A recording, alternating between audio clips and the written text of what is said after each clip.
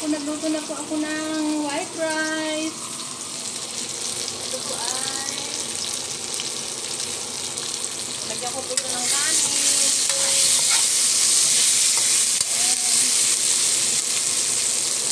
Adobong baka. Adobong baka at nilagang baka. Yummy, yummy. Ayan po. Niluto ko po. Dalang po si Teresa. Pag uwi ko po ay lulutuan ko po ang mga apo ko nito. Yummy, yummy ang aking mga niluto ngayon. Para may lakas po kaming mamalansya. Ayan, ang aking mga niluto. Sarap-sarap. Wait lang po, wait lang po.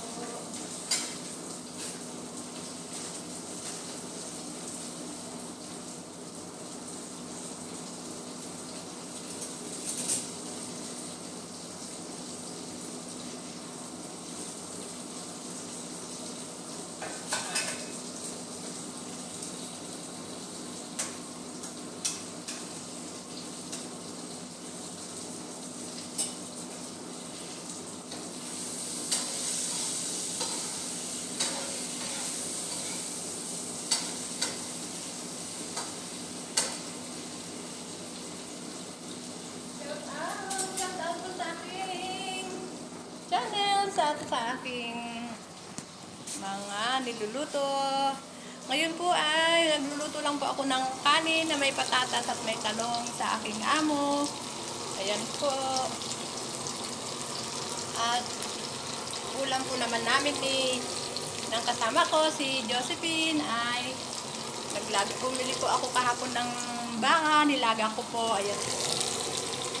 Nilagyan ko po ng patatas, pechay, carrots, tapos naman po ako ng konting laman, inadobo, at parang adobo po itong baka. Tapos ito po ay nagsaing na rin po ako ng kanin namin. Ayan.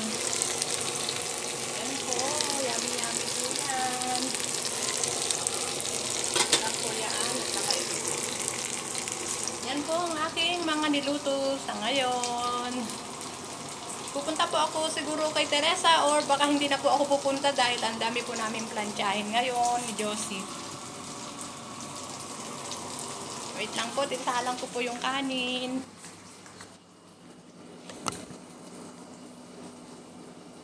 Kanin po ito ng amo.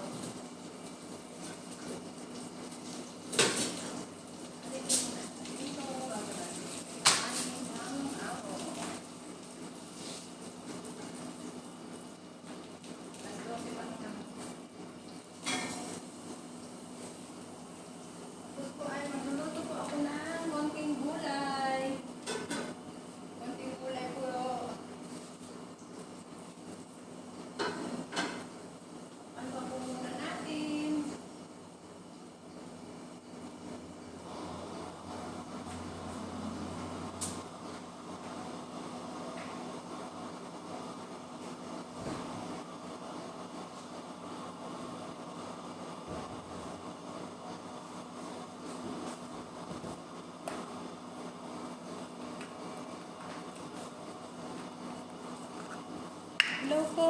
Shout out po sa aking channel, Honey Beng Vlog.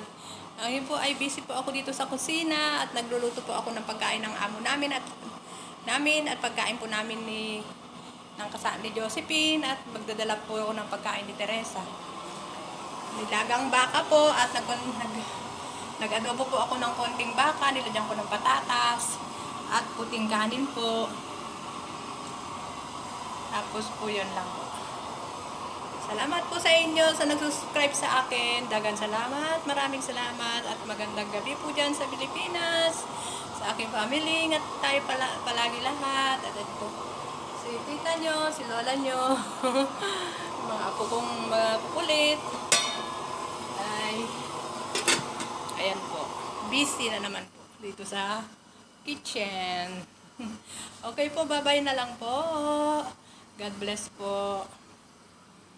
At ilalagay ko lang po muna yung kanin. Wait lang po. Tapos po ay gagawa po ako ng konting gulay ng aking amo. Gulay po niya.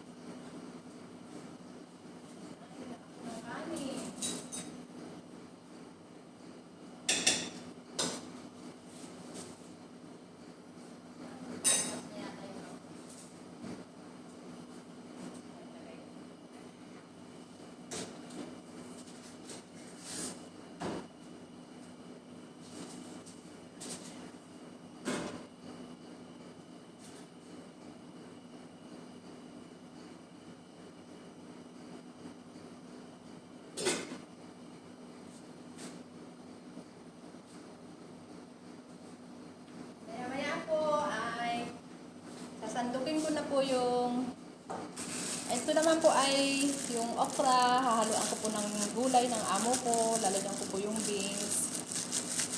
Kaya po may pagkain po siya.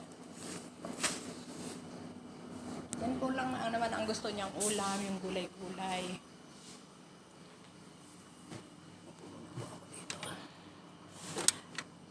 Si Teresa po ay baka 1 week pa po siya doon sa hospital dahil kailangan po talaga ay magpagaling po siya.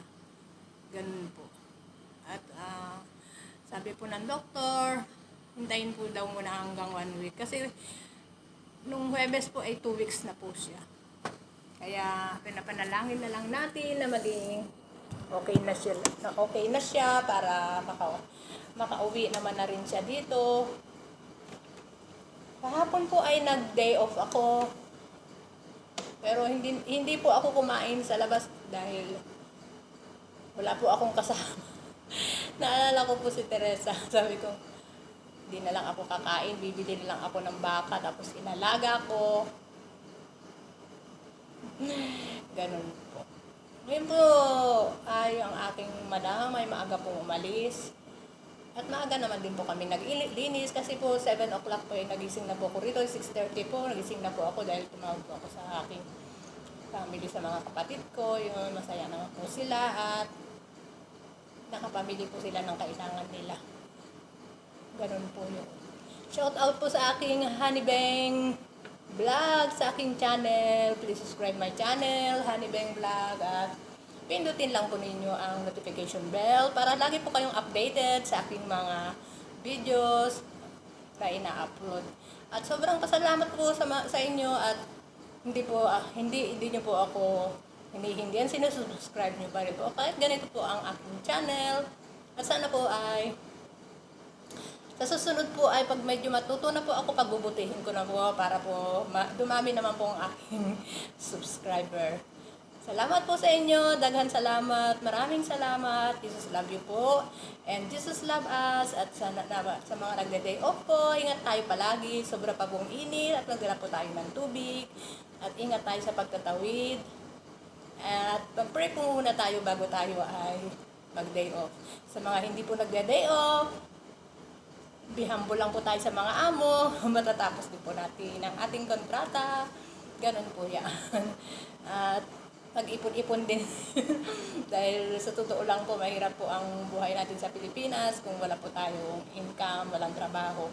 Kaya kailangan din po ay maging mautak tayo dahil sobrang mahal din ng ating mga bilihin at may mga pamilya po tayo. Kaya sana po ay ingat po tayo palagi sa ating mga ginagasto, ganyan po.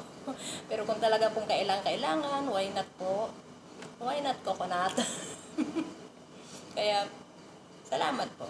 Please subscribe my channel, Honeybang Vlog. At ingat po tayo palagi sa aking mga video. Ay sa ating mga sarili, at huwag natin pong pabayaan ang ating sarili dahil mahal po tayo ng Panginoon at mahal tayo ng ating pamilya kahit malayo pa tayo sa kanila.